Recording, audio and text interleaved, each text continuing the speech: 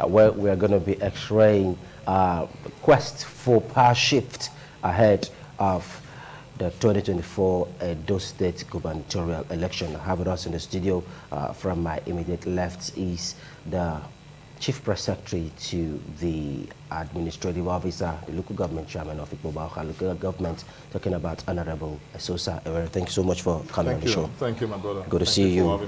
All right, and from and from my extreme left is Emmanuel Obakpolo Esquire. He's a legal practitioner and also a civil rights activist. Thank you so much for coming, Barrister Emmanuel. Okay, you take the first shot, Esosa.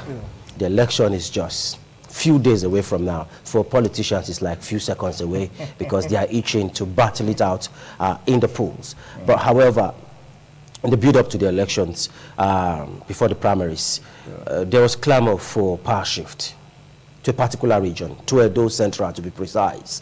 But however, it seems that talk just went down the line, just went down the drain, like they just flushed it away. Nobody's talking about power shift again. To an extent, if you looked at how the primaries played out, it became a very, very tough one. What says you? Thank you so much. The election is a few months away. We have our election in September 21. The quest for power shifts started from the very beginning of this struggle, the Edo 2024 struggle, and the need to ensure that there's a shift of power to Edo Central, considering the fact that that senatorial district haven't had a fair share of governance since 1999. You recall that when democracy came in 1999, precisely May 29, 1999, Edo South took its first shot for a period of 4 years. And after that, there was another 4 years for Edo South. Then immediately after that, Edo North took its shot, making doing a straight 8 years in the person of Adams Oshomole. And after that, Edo South is already in the shot now. So by November 12, 2016, Edo South would have completed 16 years. Edo South, Edo North, Edo Central is also there. So some persons may say there's this conversation that Osumbo was never a governor. Well, he was there for a few months. He was there for just a few months, maybe about 8 months or a little above 8 months.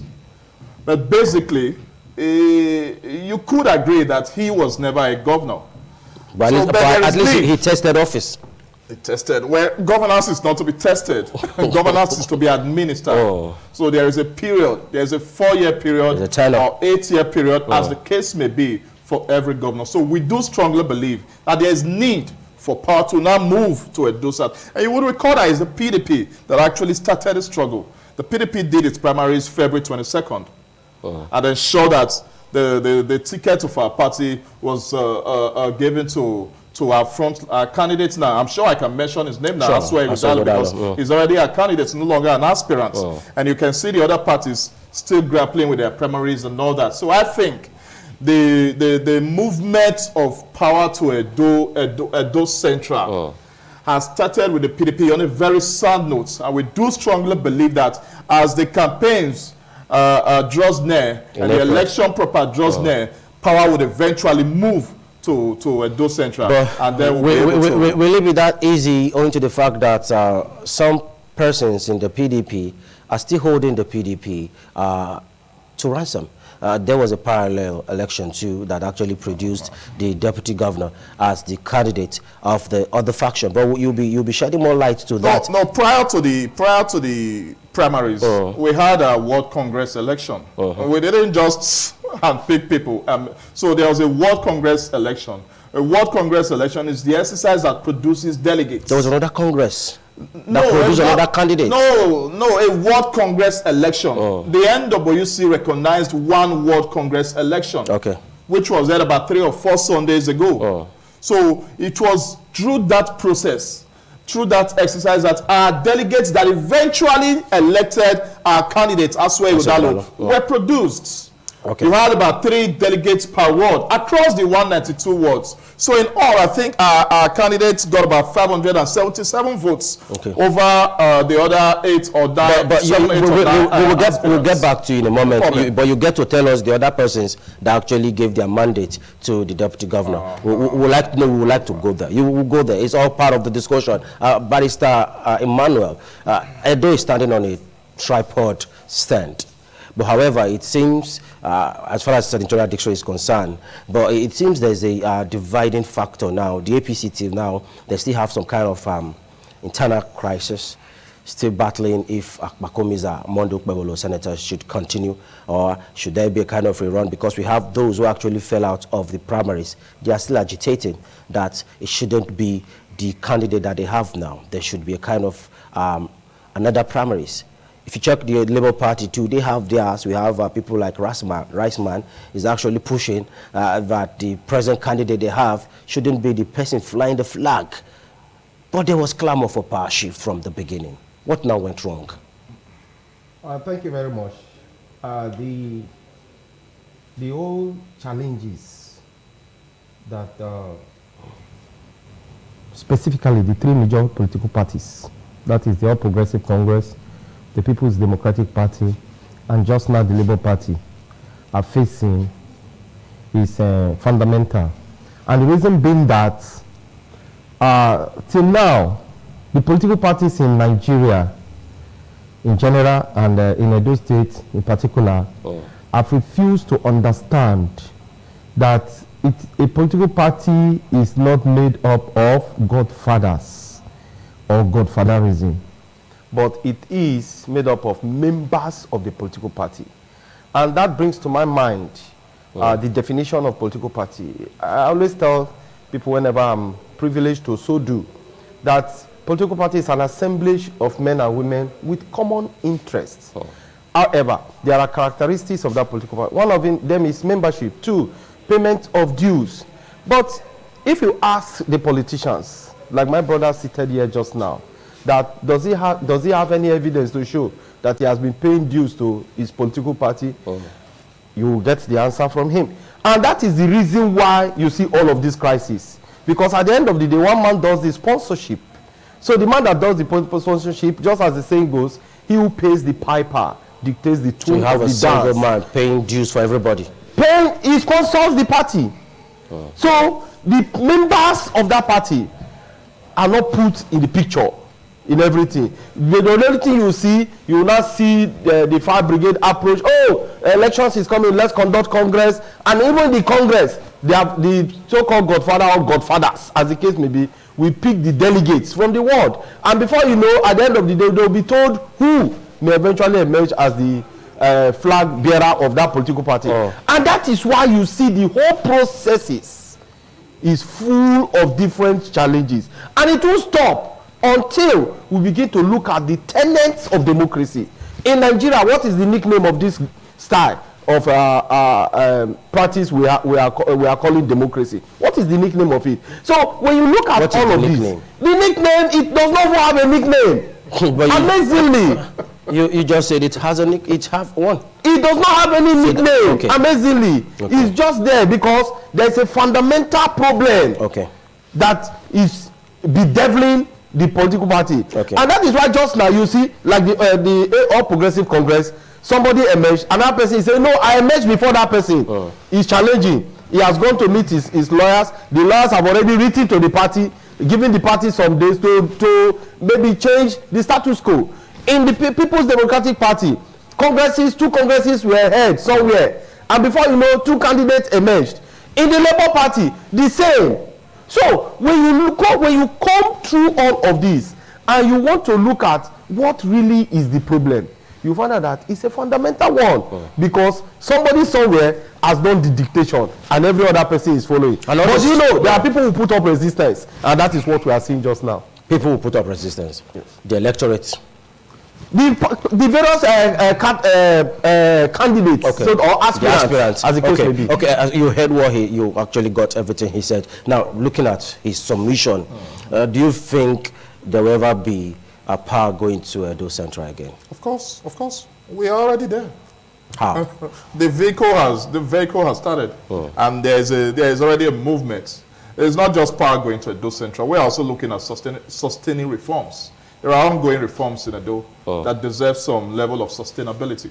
There's a foundation that is being laid by the Obaseki-led administration, and we do strongly believe that for one to be able to sustain these ideas, policies, and programs and innovations, he has to understand the policy direction of this administration. And if you check the men on the fronts that are now gone in to be governor of Edo State, I swear Udalo best fits. You have others too. He's been in this administration. He talked about paying dues. I really don't want to, because I pay my dues on a monthly. So that is not, I'm a member of a party. You have proofs? I have proofs. I have proof. I hold a party card. Okay. I hold a party card, and I do strongly pay my dues on a monthly. Your dues are up to date. But yes, of course they are updated. You screenshot and send to me. I'm sure I will So probably in our next edition, we want to see it. So when talking about power moving to Edo Central, it's not just moving to Edo Central. It's not just about having an Edo Central man being governor, being a figure. No.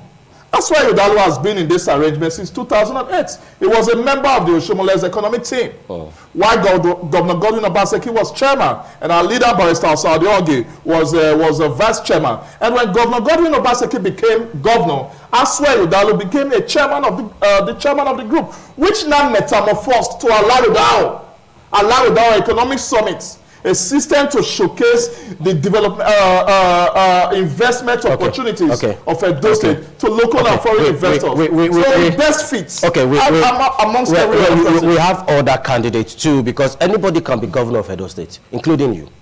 Of course. Emmanuel Obakpolo Esquire can be governor of Edo State. Of course. This short man sitting here too can be governor of Edo State. But he has to belong to a party, and he has to pay the dues regularly. We will extend and must also. You actually told us that power should go to Edo Central, but should we sacrifice competency on the altar of power shift? No. It's a major thing. No. Should we? No. I think this issue had risen some weeks ago when you anchored the program, talking about sacrificing competence on the altar of power shift. It's beyond that. We now said the men in the front are competent in their various regards.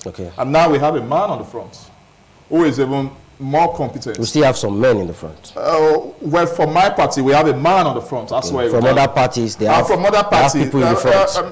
They can come here to discuss about their party. I don't hold brief for them. Nobody's holding brief for anybody. For our party, we have a man on the front who has shown competence in his private life. This is a man who has chaired multi-sectoral organizations, multinational organizations, and bringing that skill and idea and exposure and intelligence to governance, I think is a big plus for Edo people. So that's why Udalo has shown competence. He's been a chairman of Nigerian breweries at a time. He just resigned as chairman of Sterling Bank.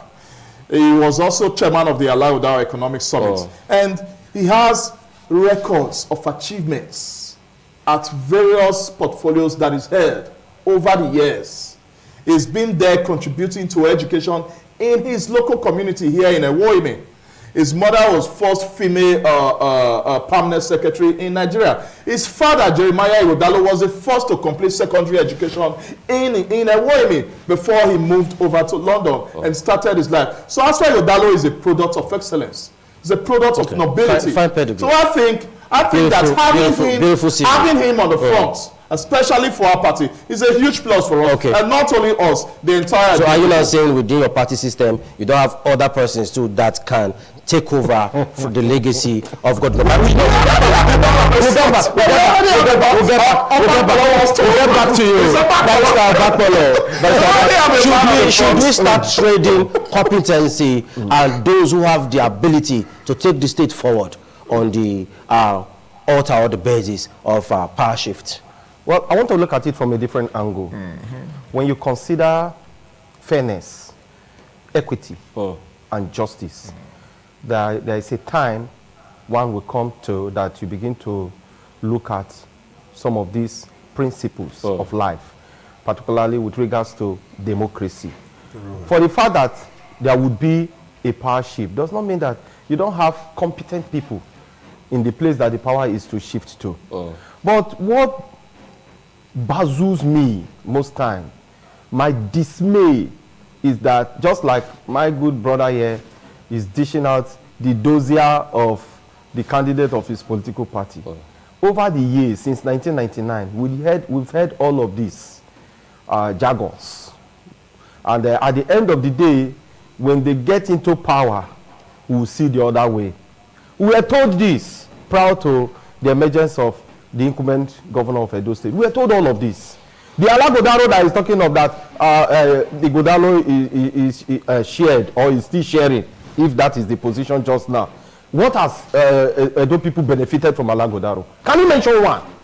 So when you compare the private life of a man who jealously and religiously keeps his private life, and at the end of the day, the man comes to limelight, and you not think that that can metamorphose into public stead, my brother, we are deceiving ourselves. Somebody told us, oh, XYZ built Lagos, but today what are you going through? The hardship and hunger. Somebody told us, Alagodaro, oh, he was the chairman of so and so ABC economic team. What are the people of Edo State going through? Look, the rains are already here. Very soon you will not be able to come to this studio. Very soon, when the heavens open their mouth to do some part of the state.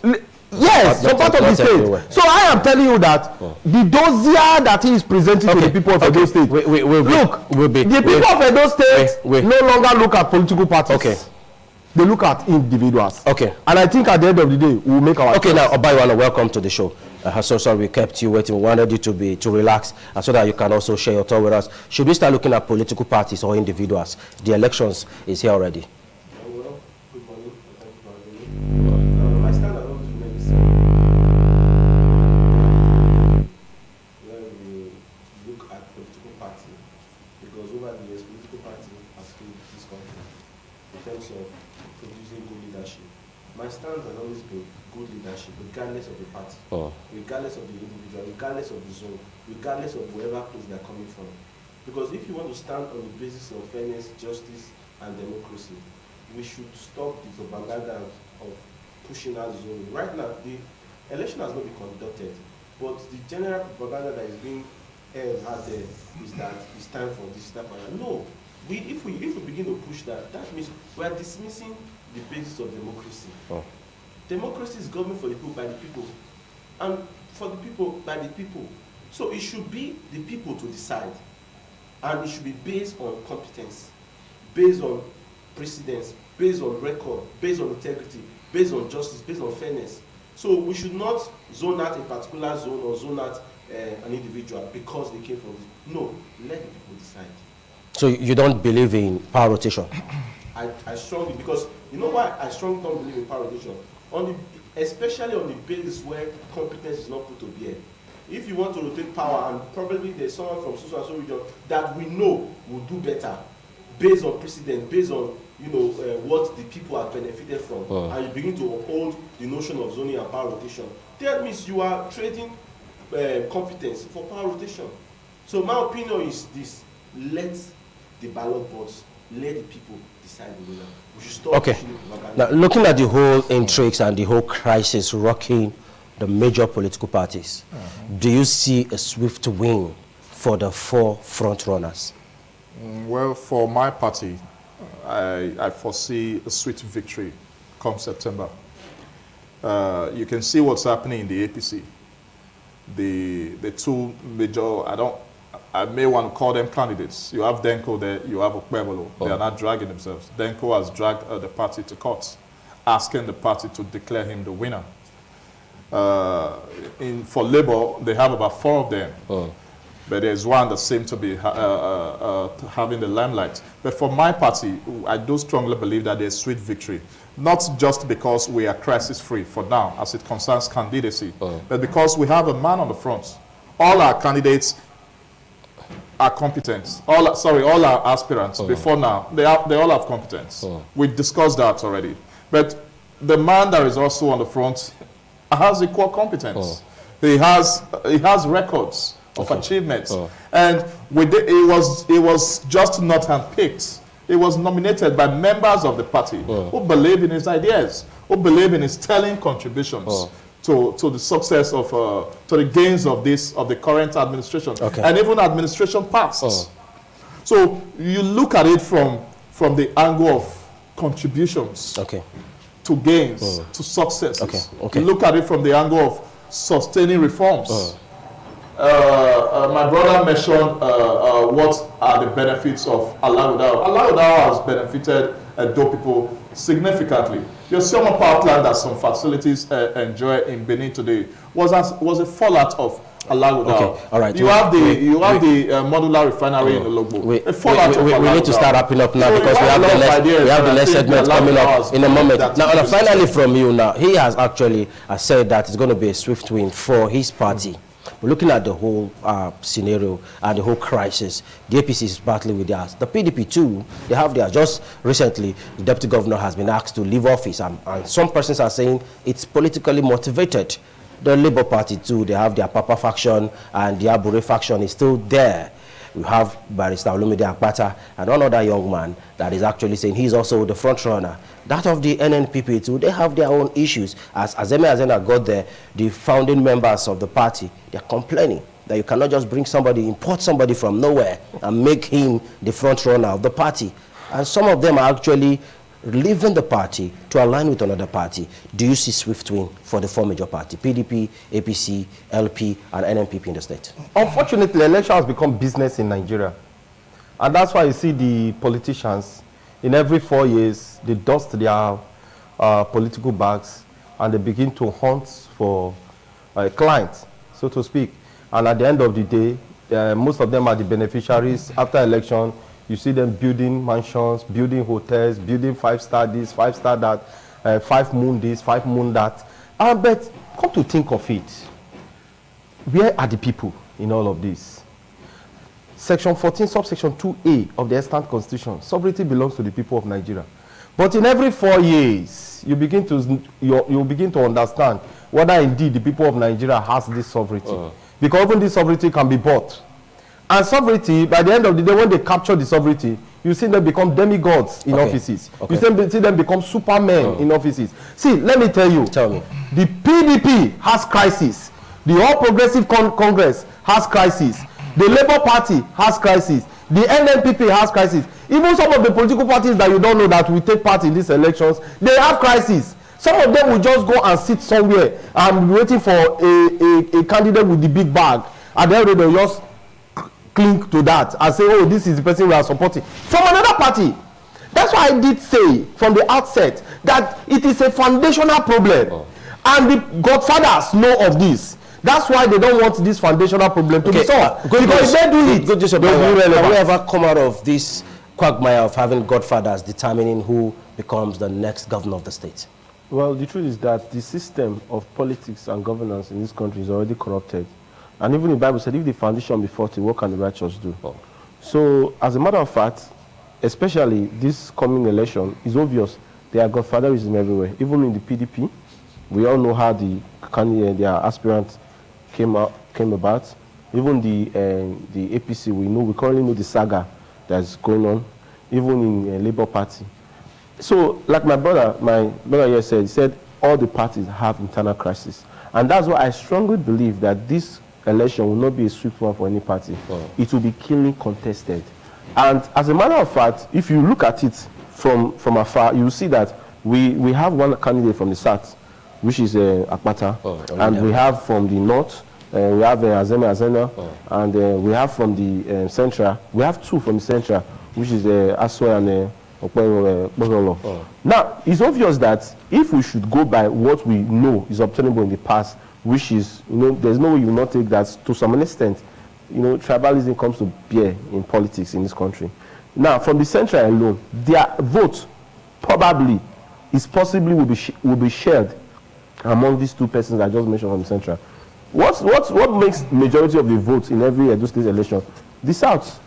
The South contributes 50-something% of the votes. And take it or leave it. What if the central they decide to share votes? That's to tell you that whosoever is wise, make sure you are doing what your campaign, whatever strategy you want to do, ensure that you carry the start along. Last time I checked, you weren't a politician. He is now. Thank you so much, gentlemen. This is how far we can go.